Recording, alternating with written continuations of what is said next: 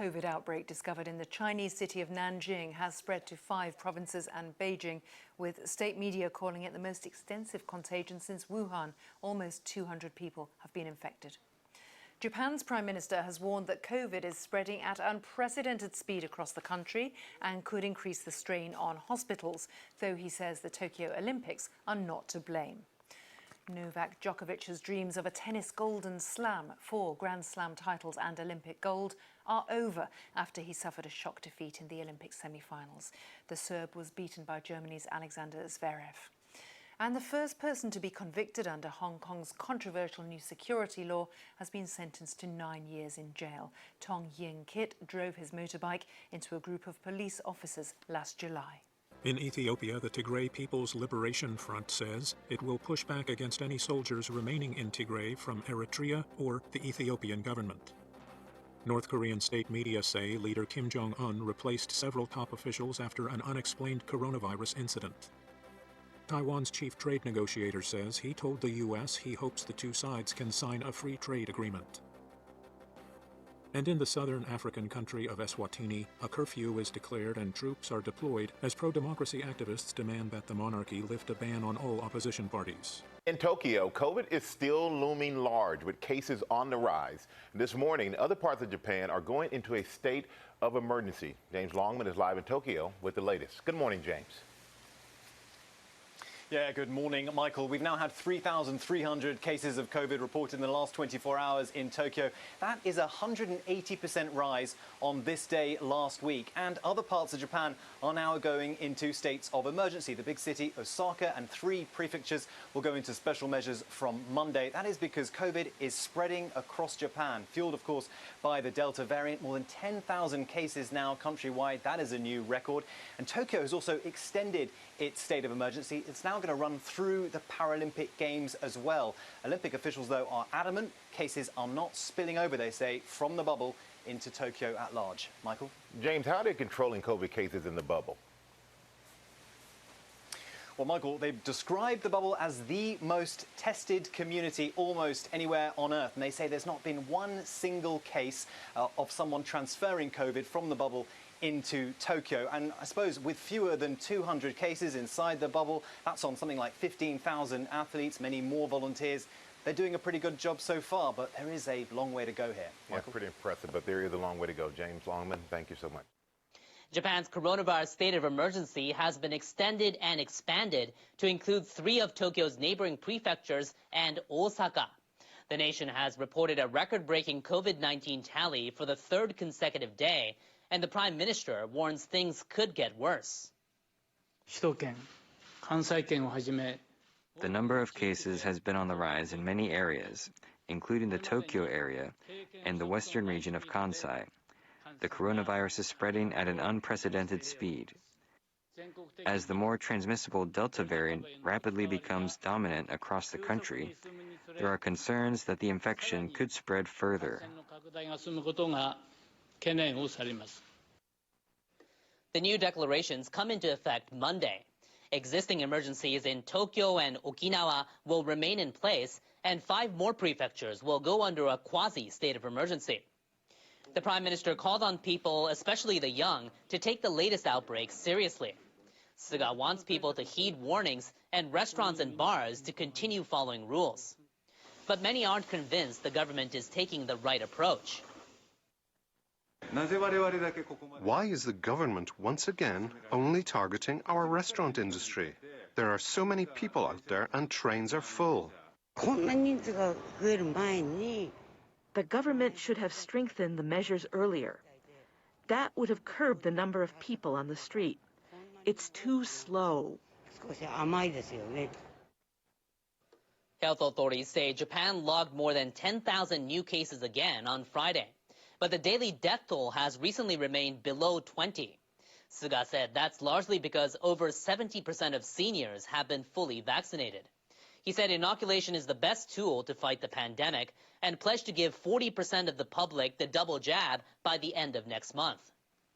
The emergencies will run through the end of August. That means the Olympics will end and the Paralympics will begin under these stricter antivirus measures.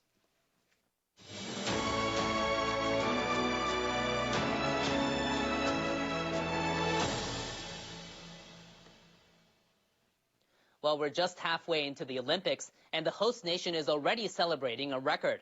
Its latest gold arrived Friday night in fencing, lifting Japan to an all-time high of 17. The title came against the Russian Olympic Committee in the men's epee team event. It's also Japan's first Olympic gold in the sport. The previous national record of 16 was set twice at Athens in 2004 and the first Tokyo Games back in 1964. There's still 9 days left to add to the total. And another gold that came earlier was from judo, the 9th in the homegrown sport. That's 7 straight days of local Olympic champions at the Nippon Budokan. 21-year-old Sone Akira won the women's over 78 kilo category, defeating Idalis Ortiz from Cuba. It's Sone's first Olympic Games. In the men's over 100 kilo category, 2 pre-tournament favorites clashed for the bronze medal. French megastar Teddy Riner beat Japan's Harasawa Hisayoshi. Until last year, Riner had gone unbeaten for almost a decade across 154 consecutive international competitions. And Lukasz Krupalek of the Czech Republic beat Georgia's Guram Tushishvili to the gold by ippon. Returning to the women's over 78 kilo category, a bout between judoka from Saudi Arabia and Israel caught the eye, as their countries have no diplomatic relations. Israel's Raj Hershko won by ippon against Saudi Tahani Al-Qahtani. The pair embraced afterwards in a show of mutual respect. Previously, an Algerian judoka withdrew from the tournament rather than face an Israeli. Next in tennis, world number 1 ranked Novak Djokovic has lost in Friday's semifinals. This dashes his hopes for the so-called Golden Slam, winning all 4 Grand Slams and an Olympic gold in the same year. The Serbian superstar faced the world's 5th-ranked Alexander Zverev from Germany.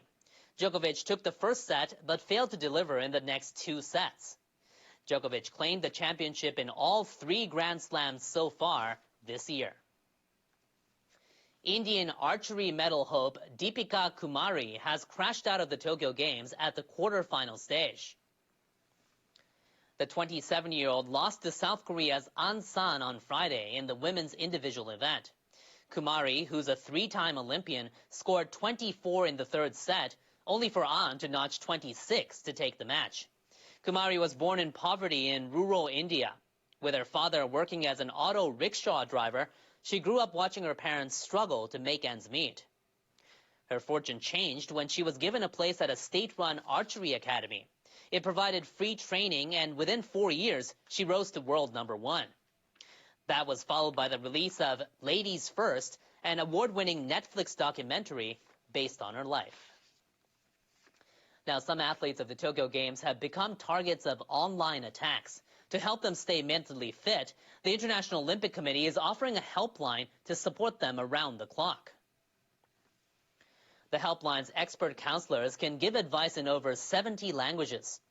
Olympic athletes are facing online abuse regardless of nationality. They include Japanese table tennis player Mizutani Jun, who won gold in the mixed doubles, and surfing silver medalist Igarashi Kanoa. Both said they've received hateful comments on social media during the Games.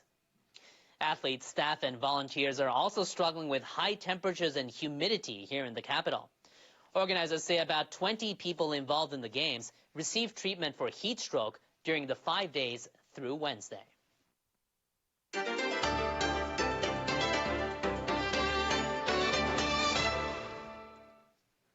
Tokyo prosecutors are set to reopen an investigation into former Prime Minister Abe Shinzo over an alleged violation of the public office election law.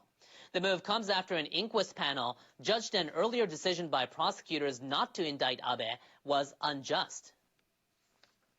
Abe and his former secretary faced criminal accusations for covering some of the expenses for parties for supporters held while he was in office. The receptions were staged on the eve of government-sponsored cherry blossom viewing events. The complaint said the funding provided by Abe's office amounted to illegal donations to voters. But prosecutors did not bring charges, saying there was insufficient evidence participants knew they were receiving donations. The inquest panel of randomly selected citizens found fault with the judgment. The panel said prosecutors should obtain emails and other objective evidence to determine criminal intent rather than relying solely on the testimonies of Abe, the former secretary, and others. Prosecutors had conducted a fair and just investigation. My office and I have been fully cooperating in good faith. I'll wait and see how the matter proceeds. The largest opposition party is demanding that Abe be summoned to the Diet to give sworn testimony. A Myanmar soccer player who's applying for refugee status here in Japan has begun training at a professional club. Pierre Lianaon took part in his first practice session on Friday as a trainee of YSCC Yokohama. He spent about an hour training after greeting his new teammates. Pierre Lianaon came to Japan in May as a goalkeeper on Myanmar's national team to play in a World Cup qualifier. He flashed a three-finger salute before the match as a gesture of protest against Myanmar's military government. He remained in Japan after his team left and sought asylum, citing his risk of persecution back home. Earlier this month, immigration authorities granted him a special permit to live and work in Japan for 6 months. He said he appreciates the opportunity and aims to be a professional player here in Japan. Hong Kong has sentenced the first person convicted under China's national security law for the territory to 9 years in prison. The Hong Kong High Court handed down the sentence Friday to a 24-year-old former restaurant worker. The man was accused of driving his motorcycle into a group of police during protests in Hong Kong last July. He carried a flag with the slogan, "Liberate Hong Kong, Revolution of Our Times." He was convicted Tuesday of inciting secession and terrorism. The court said the act of holding the flag was particularly serious. It warned anyone who uses similar slogans will face severe treatment.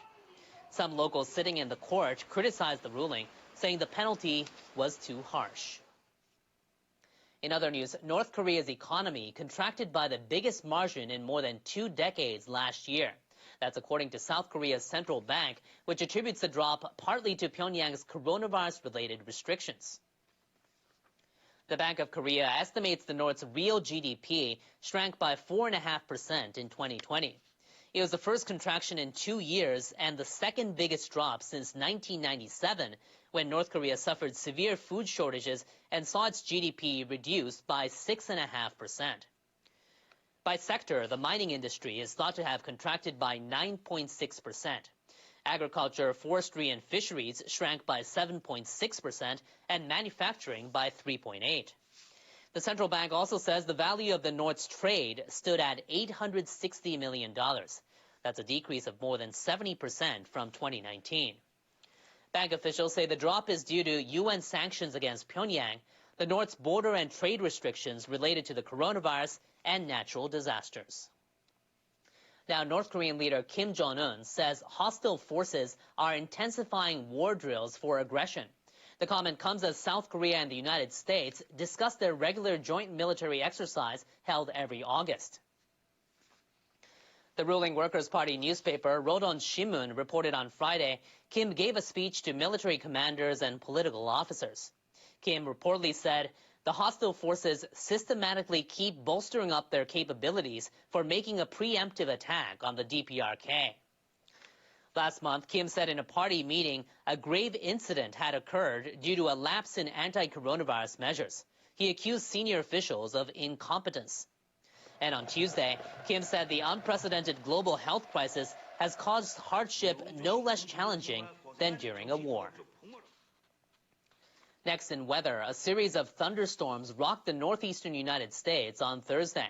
Our meteorologist Jonathan Oh explains the situation for there and elsewhere in our World Weather Report.